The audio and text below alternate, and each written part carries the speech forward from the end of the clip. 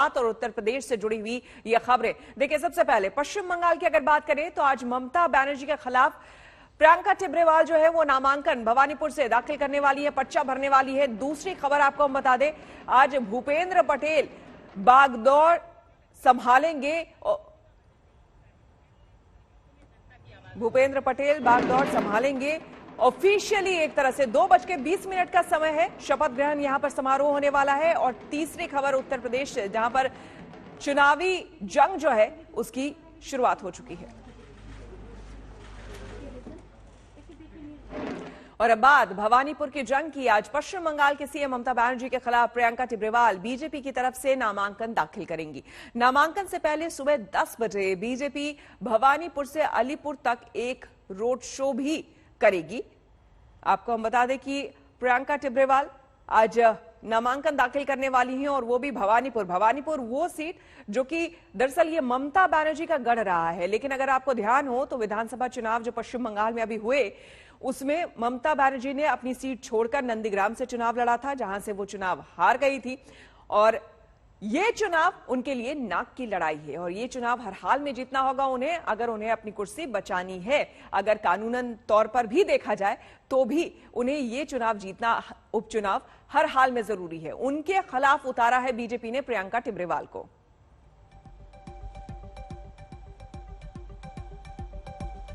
साथ इस वक्त मौजूद है प्रियंका टिब्रेवाल। आज आपका मूड कैसा है? मेरा मूड रोज ही बहुत अच्छा रहता है और आज खास करके अच्छा है। और आज आप ममता बनर्जी के विरुद्ध नॉमिनेशन फाइल करने जा रहे हैं। ममता बनर्जी ऑफ कोर्स एक स्ट्रॉन्ग कैंडिडेट है और आप भी स्ट्रॉन्ग कैंडिडेट हैं। आप क्या मानते हैं? ये बात जनता बताएगी, क्योंकि मुझे लगता है जनता से भारी किसी का वजन नहीं होता है और मैं तो इस युद्ध में जनता की आवाज हूँ। और कुछ दिन पहले फिरहाद हकीम ने कुछ कमेंट किए थे, उसके विरुद्ध आपको क्या कहना? देखिए, फिरहाद हकीम जी जो हैं भाई साहब, वो मेरे से उम्र में काफी बड़े हैं, पॉलिटिकल एक्सपीरियंस भी मुझसे बहुत ज्यादा है। तो मैं सिर्फ यही चाहूंगी, छोटी बच्ची बोला है उन्होंने, तो छोटी बच्ची को आशीर्वाद करिए। छोटी बच्ची को आशीर्वाद कीजिए, लेकिन प्रियंका टिब्रेवाल काफी कॉन्फिडेंट है क्योंकि वो ये लड़ाई जीत पाएगी। कैमरा पर्सन श्याम सुंदर घोष के साथ प्रेमा राजराम, कोलकाता आज। और अनुपम मिश्र हमारे संवाददाता हमारे साथ जुड़े हैं। अनुपम, सबसे पहले जानना चाहेंगे, एक तो ममता बनर्जी वर्सेस प्रियंका टिब्रेवाल है वहां पर, या फिर ममता बनर्जी वर्सेस बीजेपी वहां पर है? क्योंकि जितनी कद्दावर नेता ममता बनर्जी और जो कि गढ़ रहा है, जाहिर सी बात है ममता बनर्जी का जो स्टैचर है उसके सामने प्रियंका टिब्रेवाल को अगर देखा जाए तो बहुत उन्हें, जिस तरह से उन्हें कम ही एक तरह से आंका जाएगा और उनका सियासी सफर भी बहुत ज्यादा ऐसा रहा नहीं है। एक तो आज के कार्यक्रम के बारे में भी बताएं, क्या कुछ रहने वाला है, कब नामांकन दाखिल करने वाली हैं और वहां के लोग क्या कह रहे हैं? बिल्कुल श्वेता, इस वक्त मैं नॉमिनेशन सेंटर के ठीक बाहर खड़ा हुआ हूं। ये मेरे पीछे नॉमिनेशन सेंटर आप देख सकते हैं। यहां पर अभी सीपीएम के जो कैंडिडेट हैं भवानीपुर उपचुनाव से श्रीजी विश्वास, वो अंदर गए हैं और अभी थोड़ी देर में ही बीजेपी की जो उम्मीदवार हैं प्रियंका टिब्रेवाल यहां पहुंचने वाली हैं। और जैसा कि आपने सवाल किया कि किस तरह का मुकाबला है, तो कुछ आंकड़ों के हिसाब से मैं आपको बता दूं कि अगर 2016 का हम रिजल्ट देखें तो ममता बनर्जी की ये पारंपरिक सीट रही है। ममता बनर्जी ने 2016 में यहां लगभग 25,000 वोटों से चुनाव जीता था। 2021 की अगर हम बात करें तो शोभन देव चट्टोपाध्याय को यहां से खड़ा किया गया। ममता बनर्जी नंदीग्राम से खड़ी हुई, इतिहास रचा उन्होंने, साबित भी हुआ और वो हारी भी वहां से। और यहां से शोभन देव चट्टोपाध्याय भवानीपुर से लगभग 28,000 सीटों से जीते। और दूसरे नंबर पे थी बीजेपी के रुद्रनील घोष, जिनको लगभग 44,000 के आसपास वोट मिले थे।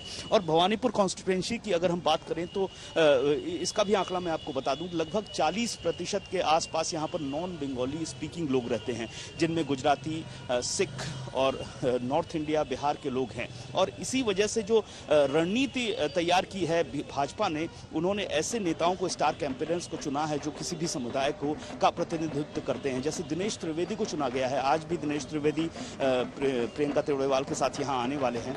तो दिनेश त्रिवेदी गुजराती समुदाय का प्रतिनिधित्व करते हैं। हरदीप पुरी को चुना गया है सिख समुदाय के लिए। भोजपुरी एक्टर मनोज तिवारी को चुना गया है बिहारी कम्युनिटी के लिए। तो बीजेपी की कोशिश है, रणनीति है कि किसी तरह ये जो 40% नॉन बंगाली स्पीकिंग समुदाय है इसको अपनी ओर खींचे। लेकिन अगर नेता के तौर पर, कैंडिडेट के तौर पर देखें तो ममता बनर्जी के मुकाबले प्रियंका तेवड़ेवाल का जो कद है वो कहीं भी नहीं टिकता है। बिल्कुल अनुपम, जहां तक नॉमिनेशन सेंटर की बात है, और ये देखिए जिस तरह से ढोल नगाड़े बज रहे हैं, जरा आपको दिखाते हैं हम तस्वीरें।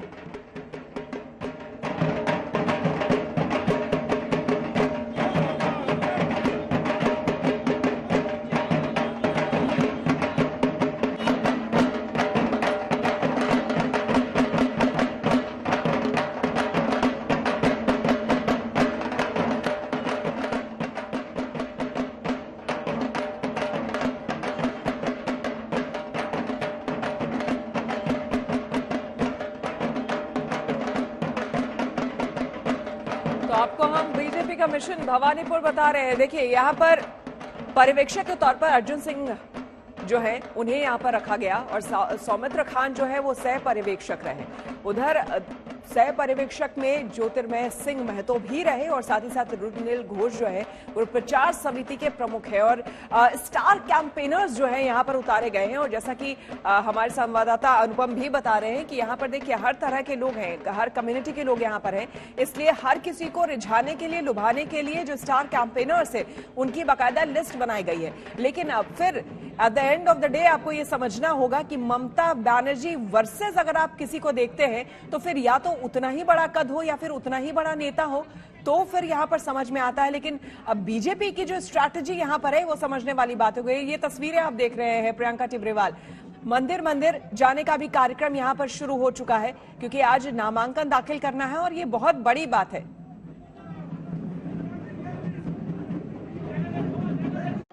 शुभेच्छा জানাই জীবনের পথে এগিয়ে যাও ছোট্ট মেয়ে, বাচ্চা মেয়ে। কিন্তু যে দলটায় রয়েছে সে দলটা ভুলভাল দল, সাম্প্রদায়িক দল। আর হাইকোর্টে জেতেনি, হাইকোর্টে একটা রায় হয়েছে ইনকোয়ারির জন্য। সত্যিকারের ইনকোয়ারি তো হয়েছিল। बनर्जी का चुनाव कराने के लिए इतना कोशिश, इसलिए इसमें पूरा के पूरा एडमिनिस्ट्रेशन, माफिया, रुपया, पुलिस, गुंडा सबका साथ हम लोग को लड़ना पड़ेगा। और ममता बनर्जी नंदीग्राम में हारी, 2019 में अपने बूथ में भी हारी। मित्र इंस्टीट्यूशन में 345 वोट में भाजपा का लीड थी उस वक्त, इसलिए ये सीट भाजपा का सीट है। जनता 65% वोटिंग करेगी। प्रियंका, बंगाल की बेटी प्रियंका जीतेगी। देखिए, पश्चिम बंगाल के लोगों को जिंदा रहने का अधिकार है, और ये अधिकार जो है डेमोक्रेसी में उनसे छीना जा रहा है। और ये छीनने वाले जो हैं वो है तृणमूल के लोग, और इसके पीछे जो खड़ी हैं वो है ममता बनर्जी। तो उसके खिलाफ मेरी लड़ाई है, और इस लड़ाई में मैं पश्चिम बंगाल की उस सताई हुई, तड़पाई हुई जनता के साथ खड़ी हूं, उनकी आवाज बनकर। श्योरली ममता बनर्जी इसी क्षेत्र से पॉलिटिक्स का शुरुआत किया था, और बहुत सारे आंदोलन किया भवानीपुर में। उसके बाद उन्होंने जब इधर से पार्लियामेंट में भी था, बहुत बार पार्लियामेंट में जीता है, भवानीपुर उसके अंदर था, और भवानीपुर सीट से 2 बार जीत के चीफ मिनिस्टर भी बना। और दिल्ली के मुख्यमंत्री अरविंद केजरीवाल इस वक्त लाइव हैं, सीधे चलते हैं। 7 गुना बैक्टीरिया बढ़ गया। जो मिट्टी थी, मिट्टी के अंदर जो उपजाऊ बैक्टीरिया होता है, जो उसमें फसल उगाने में मदद करता है, उसके अंदर बैक्टीरिया 7 गुना बढ़ गया। और फंगस जो है, जो कि फायदा पहुंचाती है फसलों को, वो 3 गुना बढ़ गई। मिट्टी की क्वालिटी जो है उसमें इतना सुधार हुआ कि गेहूं का अंकुरन 17 से 20% तक बढ़ गया। लगभग आधे किसानों ने यह स्वीकार किया कि बायोडिकम्पोजर को इस्तेमाल करने से जो डीएपी खाद है, वो पहले ये लोग 46 किलो प्रति एकड़ इस्तेमाल करते थे, वो घट के 36 से 40 किलो प्रति एकड़ हो गई। मतलब फर्टिलाइजर, खाद का भी इस्तेमाल कम हो गया, खाद भी कम इस्तेमाल करनी पड़ी। और ओवरऑल गेहूं की प्रोडक्शन बायोडिकम्पोजर का इस्तेमाल करने से जब अगली गेहूं की फसल आई उसमें लगभग 8% की वृद्धि हुई है। और अब आपको बता दें कि उत्तर प्रदेश चुनाव करीब आते ही सियासत तल्ख होती जा रही है। जी हां, सीएम योगी ने समाजवादी पार्टी पर हमले तेज कर दिए हैं। योगी ने कहा है कि पहले अब्बा जान कहने वाले गरीबों का राशन हजम कर जाते थे, लेकिन अब ऐसा नहीं होगा। योगी ने राम मंदिर का भी जिक्र किया और कहा कि राम भक्तों पर गोली चलवाने वालों को जनता बर्दाश्त नहीं करेगी। अब्बा जान कहने वाले राशन हजम कर जाते थे,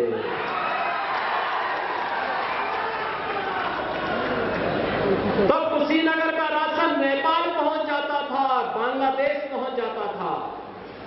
और आज कोई गरीबों का राशन निकलेगा तो राशन तो नहीं निकल पाएगा, लेकिन जेल जरूर चला जाएगा।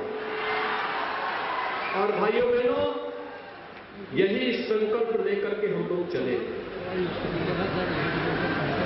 पहले गरीबों की नौकरी पर अब्बा जान कहने वाले डकैती डाल देते थे, पूरा परिवार झोला लेके निकल पड़ता था और झोला लेकर के वसूली में लगता था। लेखपाल की नौकरी निकली तो एक परिवार के लोग, एक खानदान निकल पड़ता था वसूली करने के लिए। 7 लाख, 8 लाख, 10 लाख रुपया दो, और फिर किसी भी योग्य व्यक्ति का सिलेक्शन नहीं होता था। राम के जन्मभूमि के मंदिर निर्माण का कार्य भी जब बीजेपी की सरकार प्रदेश और केंद्र में मोदी जी प्रधानमंत्री बने तभी ये कार्य संभव हो पा रहा है। अब तो लोग बोलने लग गए हैं, राम मंदिर का निर्माण कार्य होते हुए देखकर लोग मंत्र बोल रहे हैं कि अब हम अपना स्मारक नहीं बनाएंगे। भयभीत हो गए, उनको मालूम है भगवान राम का मंदिर दुनिया का सबसे खूबसूरत मंदिर बनने जा रहा है, सबसे बड़ा, सबसे भव्य मंदिर बनने जा रहा है।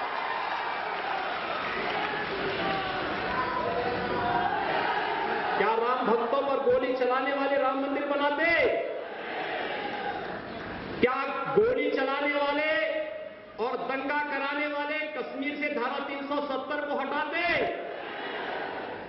तालिबान का समर्थन करने वाले क्या 3 तलाक को रोकते? तो भाइयों बहनों, फिर इस जातिवादी और वंशवादी मानसिकता को प्रदेश की जनता कतई बर्दाश्त न करे। योगी बार बार अब्बा जान वाला तंज कर रहे हैं, इस पर सियासत भी होने लगी है। कांग्रेस ने कहा है कि योगी को दूसरों पर उंगली नहीं उठानी चाहिए। उनको राशन की जरूरत ही नहीं होती थी, इसलिए उन्हें पता नहीं है कि उत्तर प्रदेश में राशन बंटता था या नहीं बंटता था।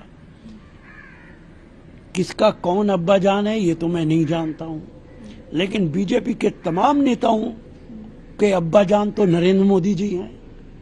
अब्बा जान जो हुक्म देंगे वही योगी करेंगे, वही दूसरे लोग करेंगे।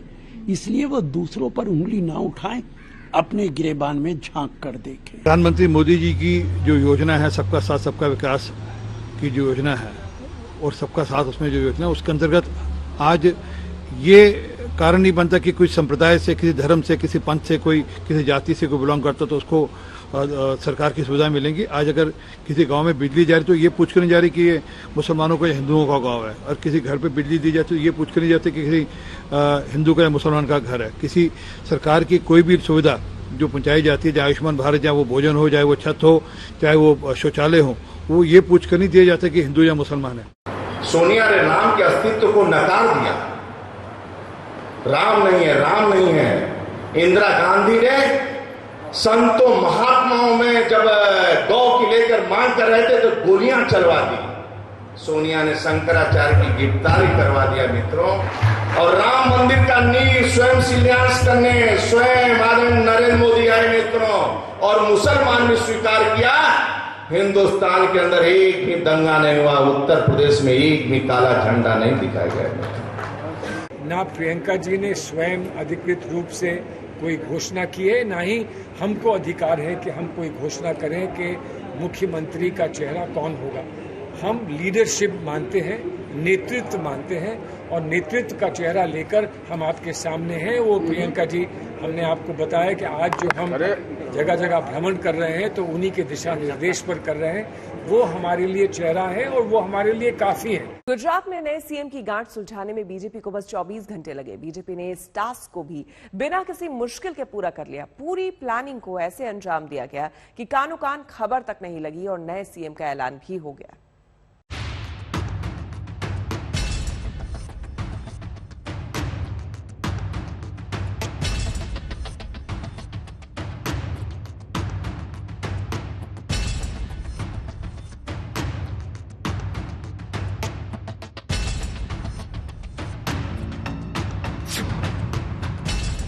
चट फैसला पट एक्शन, जैसे कि त्रिवेंद्र सिंह रावत के साथ हुआ। माननीय राज्यपाल को अपना त्याग पत्र सौंप करके आ गया। काम असरदार नहीं तो बाहर जाइए सरकार, जैसा कि तीरथ सिंह रावत के साथ हुआ। संवैधानिक संकट के कारण मैंने अपना इस्तीफा मुख्यमंत्री पद से देना उचित समझा। लाइट वेट हो या हैवी वेट, वही होगा जो दिल्ली चाहेगी, जैसा कि येदियुरप्पा के साथ हुआ। ಮುಖ್ಯಮಂತ್ರಿಯಾಗಿ ಎಷ್ಟು ದಿನ ಇರಬೇಕು ಅಂತ ಹೇಳ್ತಿರೋ ಅಷ್ಟು ದಿವಸ ಮುಖ್ಯಮಂತ್ರಿಯಾಗಿರ್ತೇನೆ। और सीएम वही जो चुनाव में सीट दिलाएं, वरना बाहर जाइए, जैसा कि विजय रूपाणी के साथ हुआ। मैंने गुजरात के मुख्यमंत्री पद के दायित्व से त्याग पत्र दिया है। ये पीएम मोदी के पर्चा जांचने का पैमाना है। कसौटी है उम्मीदों पर खरे उतरने की। मोदी की बीजेपी में बार बार मौके नहीं मिलते। या तो सीधे बल्ले से शॉट खेलिए, गेंद को बाउंड्री के बाहर भेजिए, धुआंधार पारी खेलिए, अपनी टीम को जीत दिलाइए, या फिर जगह खाली करिए। आपकी जगह टीम में कोई और आएगा। जैसा कि उत्तराखंड में 3.5 साल के कार्यकाल के बाद त्रिवेंद्र सिंह रावत गए। त्रिवेंद्र सिंह रावत की जगह आए तीरथ सिंह रावत को तो सिर्फ 4 महीने में चलता कर दिया गया। 2 साल के कार्यकाल के बाद ही हैवीवेट येदियुरप्पा को भी बाहर का रास्ता दिखा दिया गया और 5 साल बाद विजय रूपाणी की कप्तानी पारी भी घोषित कर दी गई। 6 महीने में 4 मुख्यमंत्री बदल गए। सर्बानंद सोनोवाल का नाम भी जोड़ लिया जाए तो यह संख्या 5 हो जाती है। लेकिन बीजेपी में पत्ता तक नहीं खरका। कहीं कोई सुगबुगाहट नहीं, कहीं कोई विरोध नहीं, आक्रोश की आवाज नहीं। क्या ये केंद्रीय नेतृत्व के ताकतवर होने की वजह से है, जिसकी धुरी पीएम मोदी है? वजह जो भी हो, मैच से ठीक पहले कप्तान बदलने का मतलब यही है कि चयन समिति को कप्तान की काबिलियत पर भरोसा नहीं रहा। सवाल गुजरात से भी उठ रहे हैं। हार्दिक पटेल ने हमला बोलते हुए ट्वीट किया।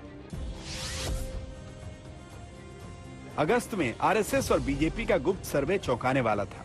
कांग्रेस को 43% वोट, 96 से 100 सीटें, बीजेपी को 38% वोट और 80 से 84 सीट, आपको 3% वोट, 0 सीटें, नीम को 1% वोट, 0 सीटें और सिर्फ निर्दलीय को 15% वोट और 4 सीटें मिल रही थी।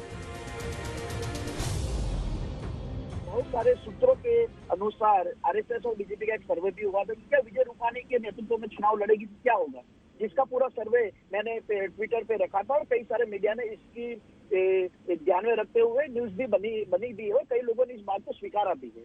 मेरा ये बहुत स्पष्ट रूप से मानना है कि गुजरात के लोग बहुत ही अपेक्षाएं सत्ता से रखते थे, जिन अपेक्षाओं पर खरी उतरने का काम मौजूदा सरकार ने नहीं किया। मैंने कल भी कहा कि भाजपा ने सिर्फ मुख्यमंत्री बदला है, लेकिन गुजरात के 6.5 करोड़ लोग अब सत्ता बदलने के मूड में। अगर बीजेपी खतरा भांपकर मुख्यमंत्री बदलने की सीरीज चला रही है तो सिर्फ इससे खतरा पूरी तरह टल नहीं जाता। रावत हो या रूपाणी, जनता को जवाब तो देना ही होगा। हाँ, जोखिम कम से कम करने की कोशिश तो राजनीतिक पार्टियां कर ही सकती हैं। अहमदाबाद से गोपी घांगरे के साथ हिमांशु मिश्रा, दिल्ली आज तक।